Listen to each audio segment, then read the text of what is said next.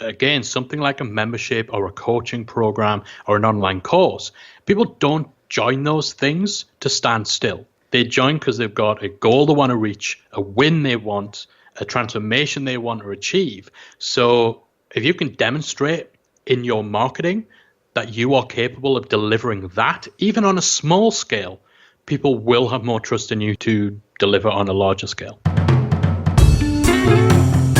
Welcome back to the Talking Web Marketing podcast with myself, Ilana Wexler. This is a show where we reveal the best tips, tricks and tactics to increasing your website traffic and then converting that traffic into leads and sales. We also discuss what's working right now in the ever-changing world of web marketing so you can apply it to your business.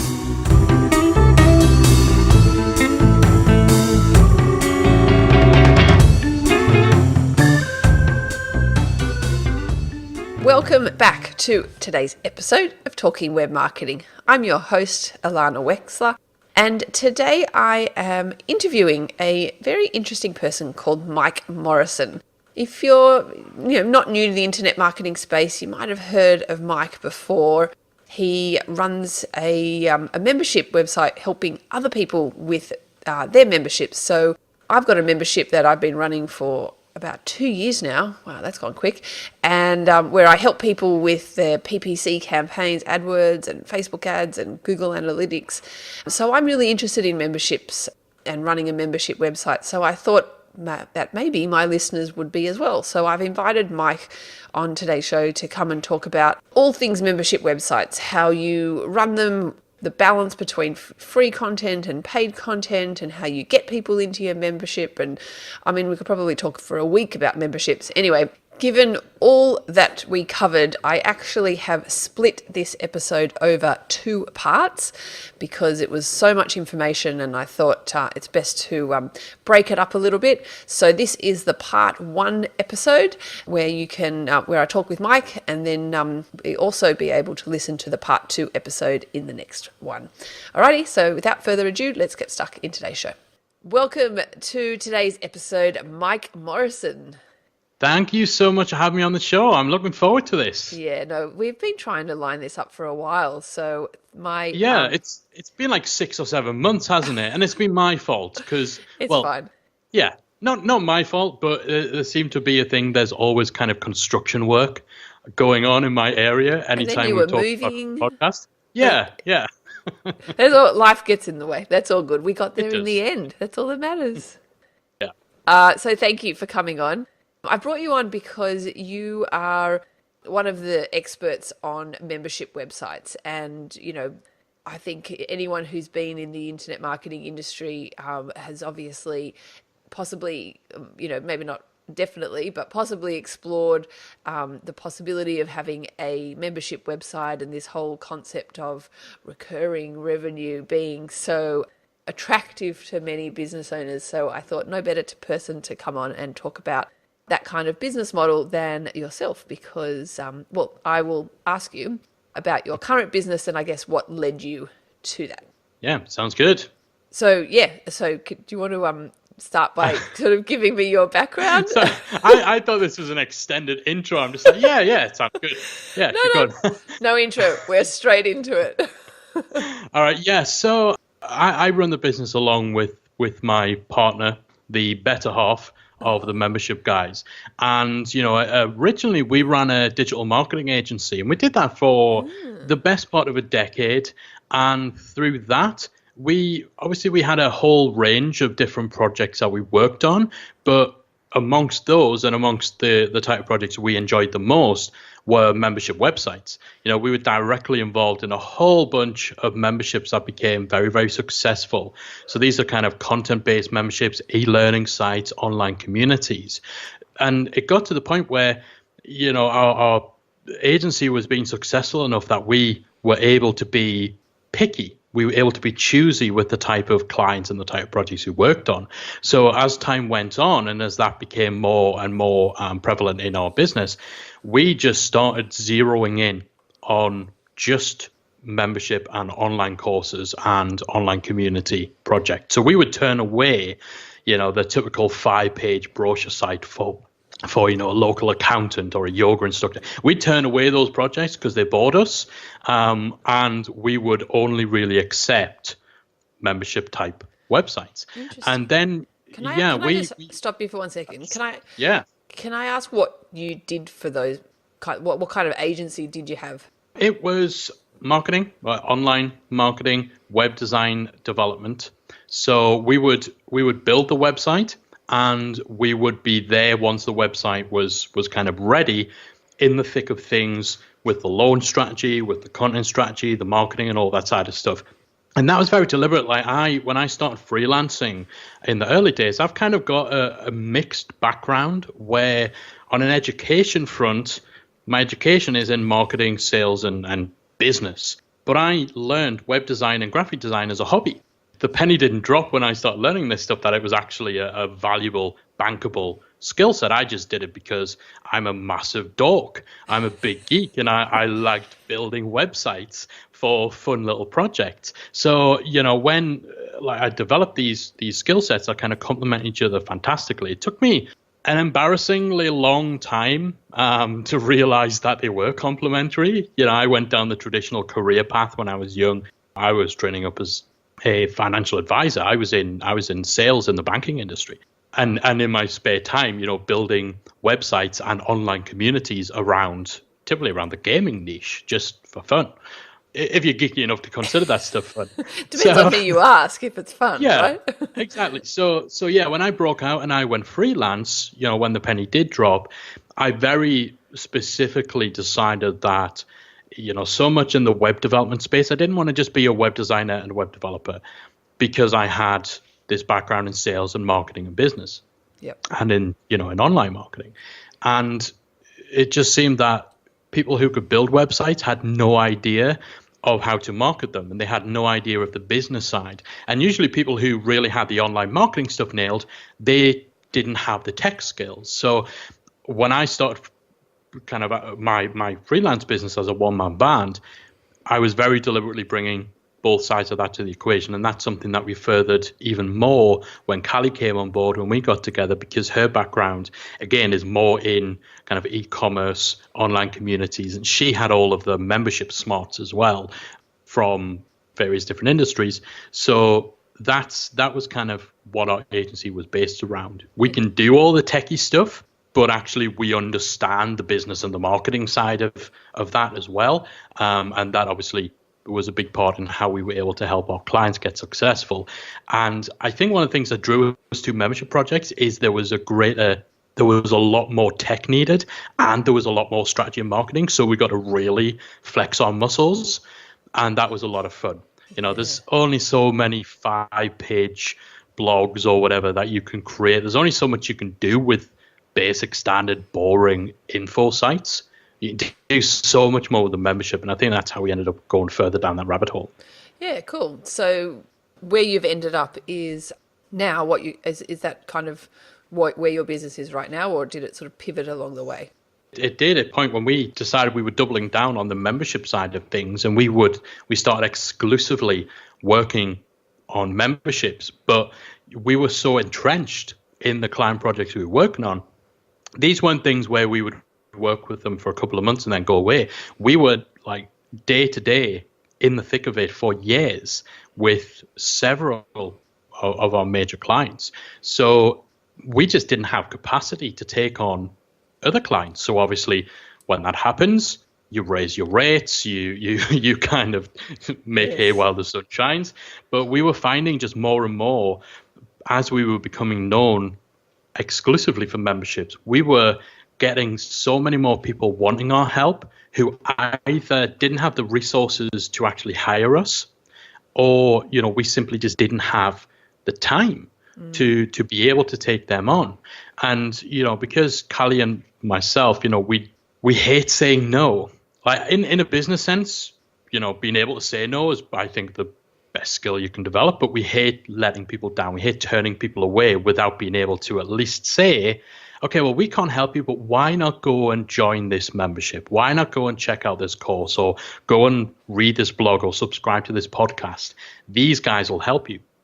So we were turning away so many people and being able to say, sorry, we can't even answer this question you sent us via email because, Just too busy. we're just too busy.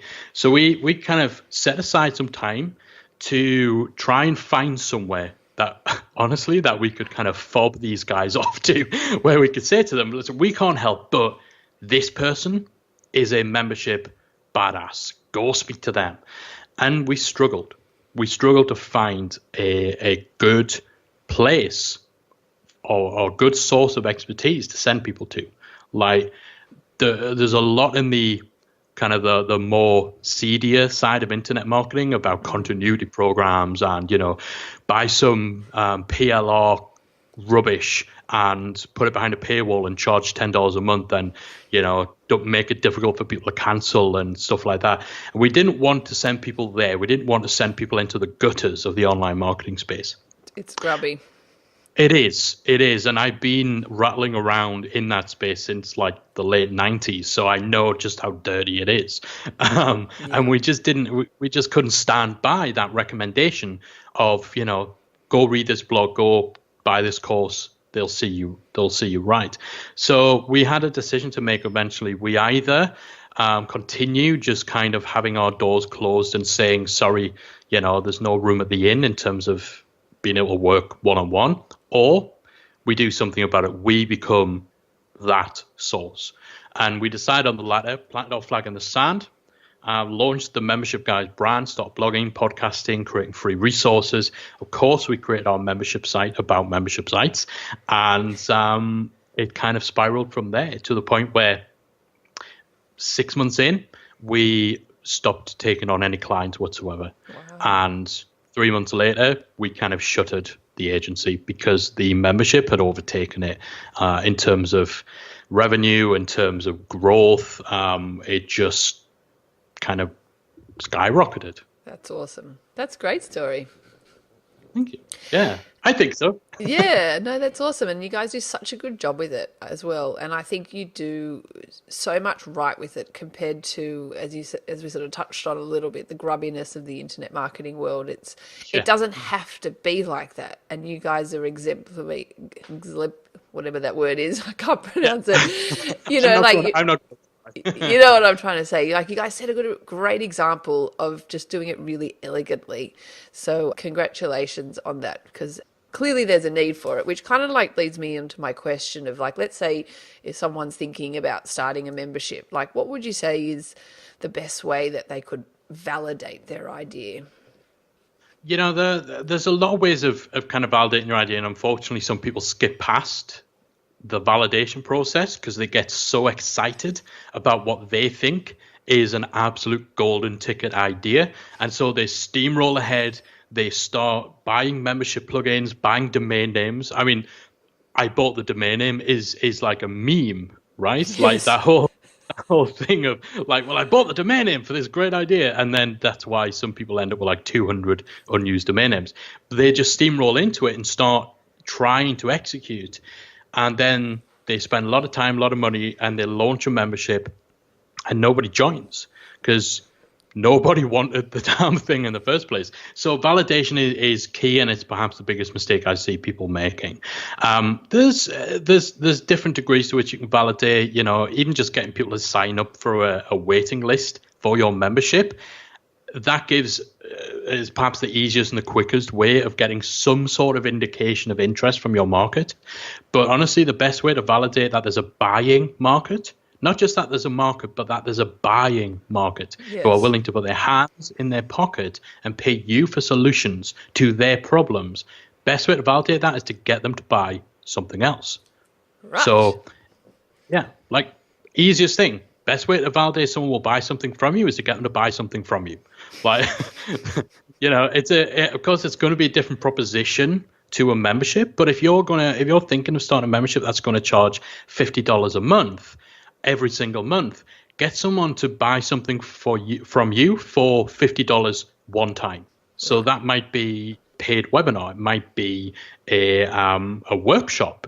Just something that it solves similar problems at a similar price point, forgetting about the recurring element, Just get that one-off thing that at least gives you, again, that validation that your market exists, that they have money, that they trust you to give you some of that money, that they can afford the price point, and that they do have the problems that you're aiming to solve with your membership.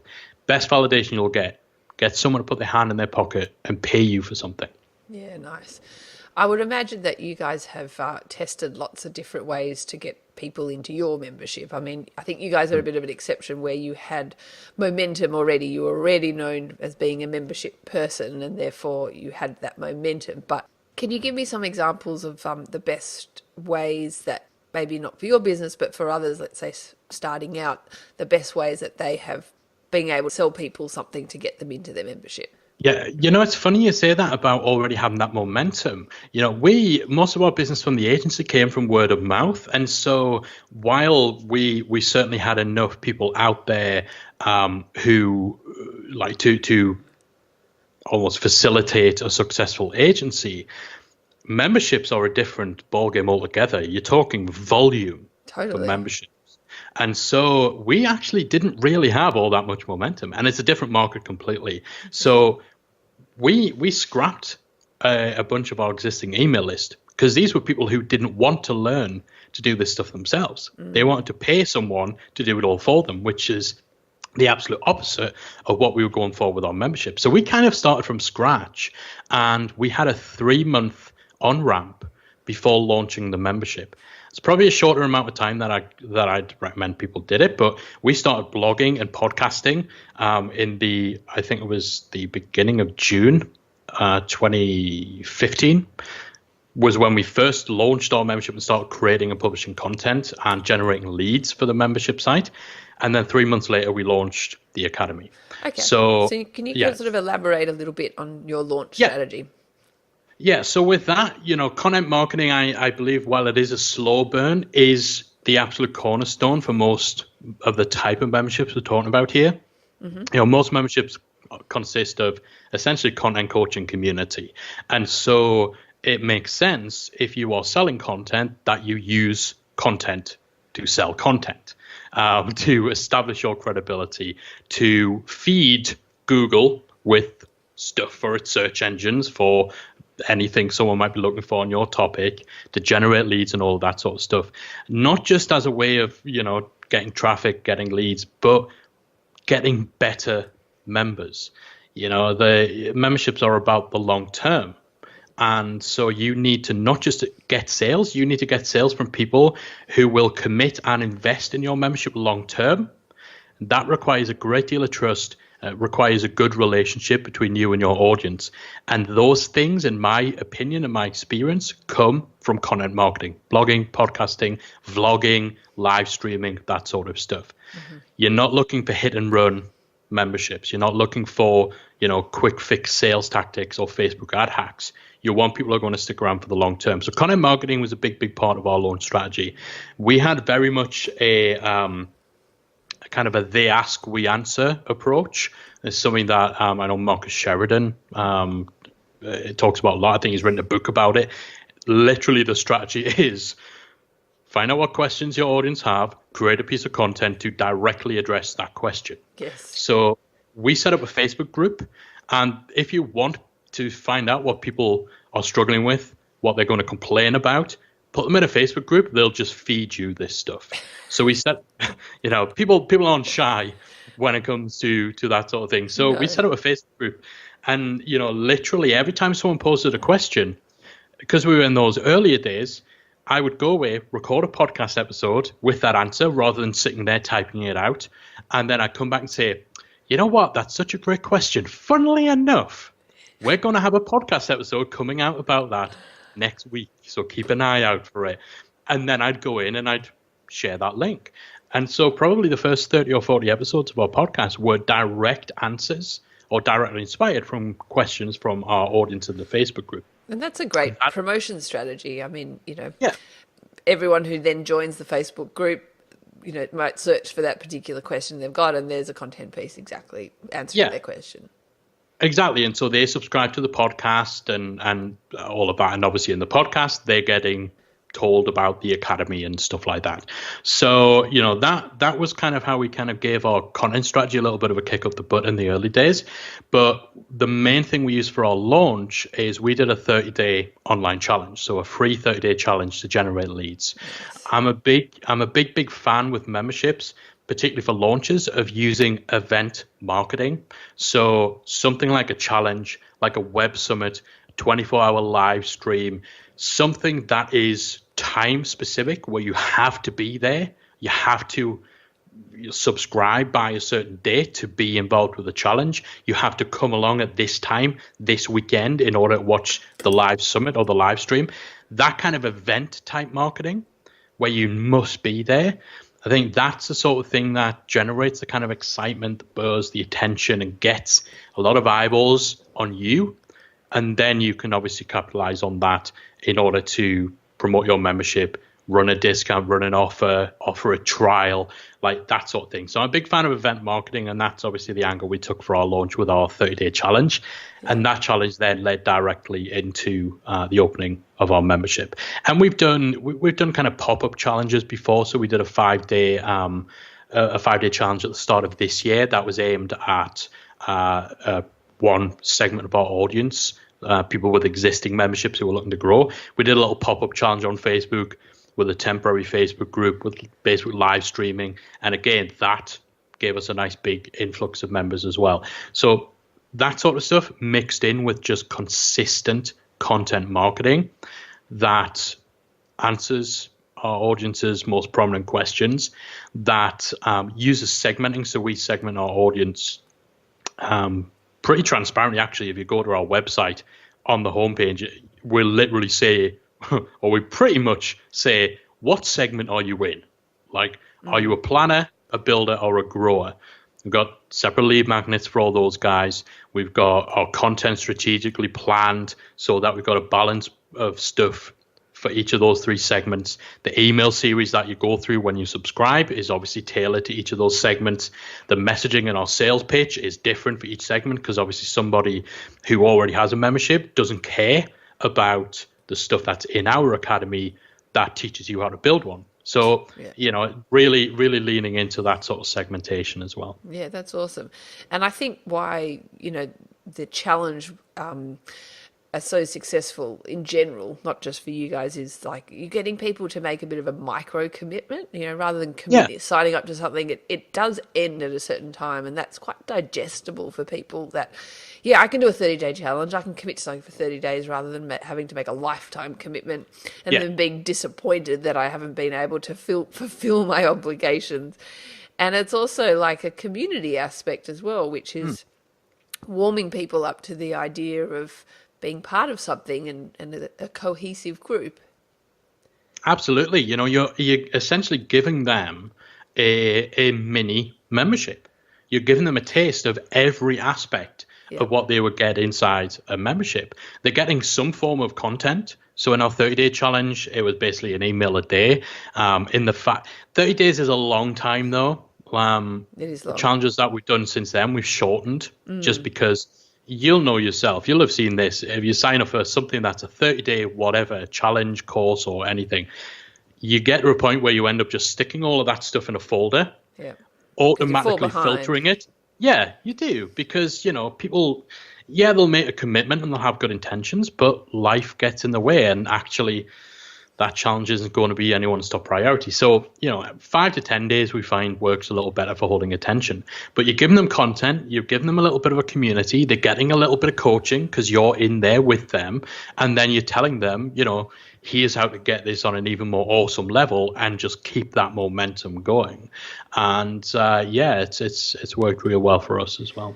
Do you find that you have to be quite strategic in the challenge that you do choose, so that I would imagine, like, if you could wave your magic wand, you would ideally want someone to actually move the needle, like get some kind of result. So it's strategic in what you challenge them to achieve, that they can actually achieve it. Definitely. You don't want to do a 5-day 10x your revenue challenge, because there's absolutely no way that someone is going to achieve that in 5 days, unless, they're literally just making like $1 a day.